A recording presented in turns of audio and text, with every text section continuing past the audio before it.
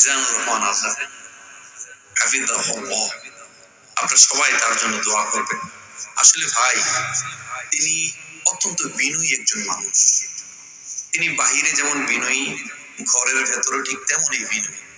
তাকে আমি from the very beginning, একেবারে ছোটকাল থেকে চিনি। দূর থেকে মানুষ তার যে জনপ্রিয়তা, মানুষ তাকে ভালোবাসে, এটা হিংসায় আপনারা 15-20 জন মিলে তার পুরনো আলোচনা কেটে শুধু দোষ খোঁজার চেষ্টা করছেন। বিশ্বাস করবেন, কাল হাসরের দিন আপনারা লজ্জিত হবেন।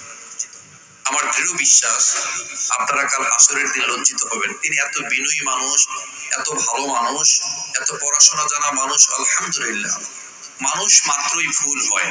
Two err is human. মানুষ মাত্র ভুল হয় না, ভুল হয় আমরা মানুষ।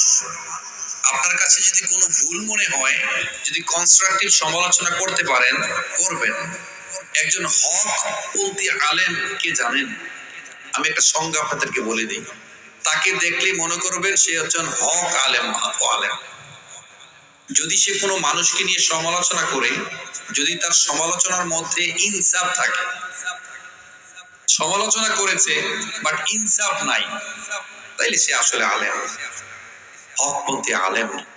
যিনি অন্যের কনস্ট্রাকটিভ সমালোচনা করবেন, দোষ ধরিয়ে দিবেন, তার এই বলার মধ্যে যদি ইনসাফ থাকে, তাইলে বুঝবেন যে না, সে ঠিক আছে। কিন্তু আমাদের দেশের মানুষ হচ্ছে নিজস্ব মানহাজ, আকীদা ঠিক রাখার জন্য আরেকজন মানুষকে যাচ্ছে তাই বলতে পারি, এটাই হচ্ছে আমাদের বৈশিষ্ট্য, ঠিক কিনা?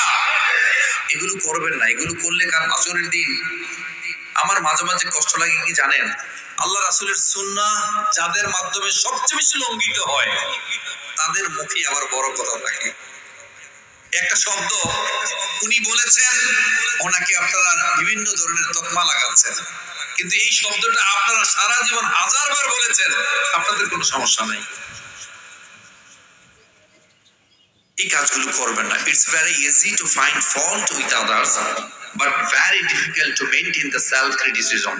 অন্যের দোষ ধরা খুব সহজ, কিন্তু আত্মসমালোচনা করা, আত্মনিমগ্ন হওয়া সবচেয়ে বেশি কঠিন। কাল হাসরের দিন এগুলোর জবাব দিতে হবে। আল ফামু ওয়াল ফারজ, এই মুখ এবং লজ্জাস্থানের কারণে অধিকাংশ মানুষ জাহান্নামে প্রবেশ করবে। মুখ আছে বলেই, শক্তি আছে বলেই, পাওয়ার আছে বলেই যা ইচ্ছে তা করবেন না। Every action has an equal and opposite reaction.